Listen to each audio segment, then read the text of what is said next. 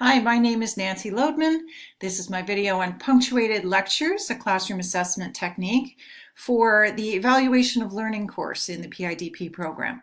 Hopefully it'll be helpful to you. So as a start, let's remember that teaching without learning is just talking.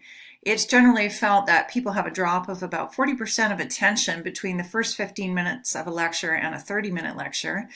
And that, as Walter Palk says, about 47% of people have forgotten content within the next 20 minutes. So with that in mind, let's look at punctuated lectures. The source for this information is Angelo and Cross's Classroom Assessment Techniques book. And in it, they tell us about punctuated lectures. What are they? They're a classroom assessment technique, especially useful when you are lecturing as a means of building in informal assessment that can be formative and help you adapt and improve as you go in context, in real time, and in this case, ongoing in a repetitive or iterative method. And it's all about metacognition, asking learners to look at how they learn and build on their strategy. So why would we do this?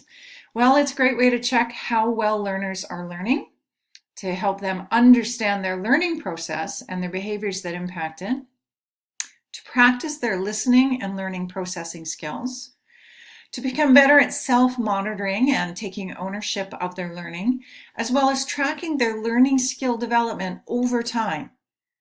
Finally, it's of course a great way to provide you, as the instructor, with immediate formative feedback to become better at delivering your instruction. So, how does it work? It comes in 5 steps. You deliver a lecture as they listen. Then, you stop the lecture. Step 3, the learners reflect. Step 4, they write. And step 5, they provide feedback. So let's look a little closer.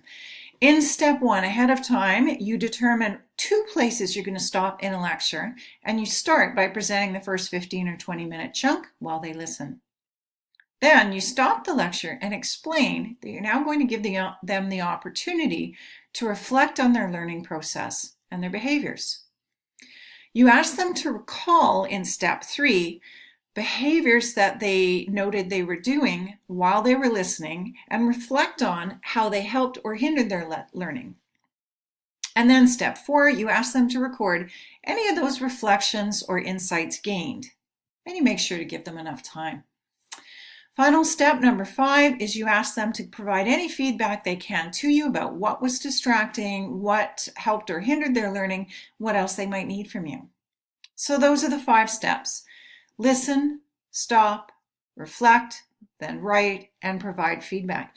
And you may want to do this a second time in the same lecture to build on what you started. So before we go on, I'd like you to take a moment and practice this. I'd like you to hit pause on your video playback and take just a few seconds to reflect on what you were doing while I was giving the first part of the lecture, what helped or hindered your learning, and then if anything comes to mind, just take a moment to jot it down. Really, please press pause. Okay, thank you for doing that. Now, this normally would be the time to do step 5 and ask you for feedback, but I'll just give you my email address at the end and you can send me some feedback that way. So we've looked at what it is and the 5 steps. So in what context are punctuated lectures appropriate? Well, if you're working in work and career development or personal development, it fits. It fits in any context where you're giving a lecture, in particular where the lectures can be divided into 10 to 20-minute chunks, and they're looking at new or complex content. Also fits where learners' listening and concentration skills are key, and maybe where you have an ongoing relationship with the learners so you can build on their learning skills strategies. What are the advantages? It does not take a lot of time or energy to prepare or deliver. You can assess the learning while people are engaged. It's active learning, it's self-reflection and self-monitoring, and it's metacognition, all very powerful in learning. What are the limitations? People probably haven't done this much before, so it might be hard to recall and explain the behaviors they were doing, as well as how to put vocabulary around how they learn. This is not immediate, so make sure to give enough time for it to build. So what are the best practices? Best practices are don't lecture for more than 10 or 15 minutes. Don't alert your learners to that first stop, but do explain your rationale and the goal of the activity. Ask very good sub-questions to clarify exactly what you're asking them to reflect on, and make sure to allow enough time. 2 minutes for both the reflection and the writing, and give them time prompts. So we've looked at what it is, when to use it, and the pros and cons. Now, how do you give feedback? First, what you're looking for is what they're saying they're doing, how they learn, how well they're doing, and monitoring themselves.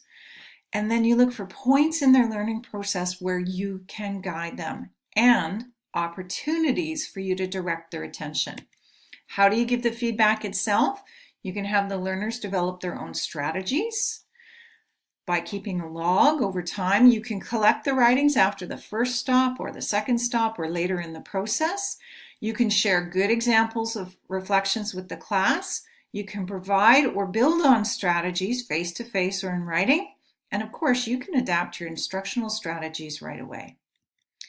So we've looked at punctuated lectures as a great classroom assessment technique, especially when delivering complex or new content in chunkable lectures. We've looked at how they are 5 steps and they can be iterative. And we've looked at how punctuated lectures are a way to guide the learning processes of your learners and improve your instructional effectiveness. So that's what they are. Hopefully you'll give it a shot and try to use it. Here's some resources for you. Of course, the Angelo and Cross book, as well as a couple of websites that help you look at attention during lectures and good note-taking tips that maybe you can use to help your learners learn. Please feel free to share this lecture and use it as you would like. And do send me any feedback to the email here. Thanks very much for your attention and good luck.